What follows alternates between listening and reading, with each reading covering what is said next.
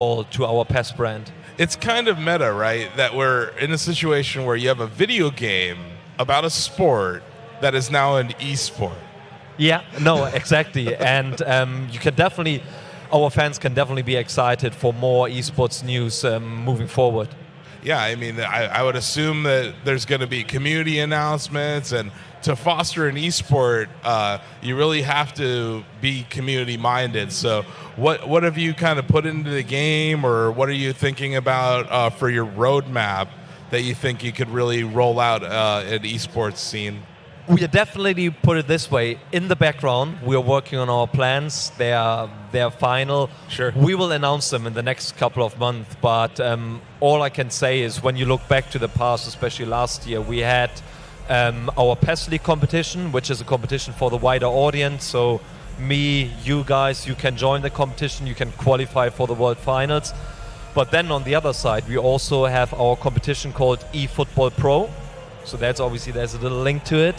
And eFootball Pro is a competition which is for professional football clubs. So you have clubs such as Barcelona, Celtic or Monaco playing in that competition and playing against each other for the big title. So that's those two competitions are obviously just the start of very exciting esports projects. You know, another sports game that I think you probably could look to for inspiration, or maybe for what they're doing wrong, is NBA 2K League. Have you thought about deeper partnerships with different leagues or teams like you had mentioned? We are doing this already. Okay. So besides obviously working together very closely with our partner clubs, we are also working together with the leagues. So for example, just 2 weeks ago in Russia we did the Cyber League. So all the teams, all the Russian football clubs from the Premier League, from the top league, they competed against each other to play for the Russian championship, for the Russian winner. And that's definitely something we are exploring more and more in the future. You know, I think a challenging thing, like I mentioned, for a year-to-year kind of game is the game changes sometimes. You guys introduce gameplay elements, remove things, change things around. Sometimes you flip around the lob pass button and the pass button just to annoy me. Yeah. How do you think about going forward, especially with your esports initiative, making the game transition from year to year as helpfully as possible for your core fan player base? I think, first of all, I agree with you. What you're just saying, that obviously if you release a game on an annual basis, it's difficult. To add new elements to it. But I would say this year with the new PES, we've added loads of gameplay elements to the game, which our esports players, but also our normal PES fans, they can definitely look forward to it.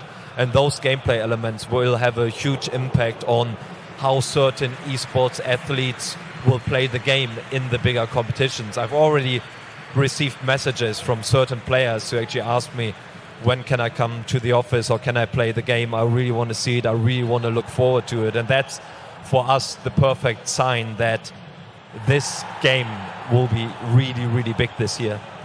And I think another really important thing for any esport, any game, is that it needs to be easy to pick up and play. Have you guys done anything in the recent years, or even with this version, that you think can help open it up to new players who might see promotion for your esports and say, okay, maybe I should get into this? I think like a game like Rocket League is a good example of that, where it's really easy to enter in, but it's very hard to master.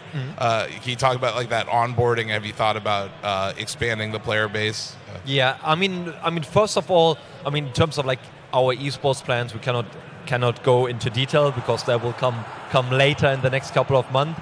But what I would say in terms of when you look at esports, what is really interesting and something where we just explored it or noticed it in the past is that co-op, for example, especially for football video titles, something we introduced last year.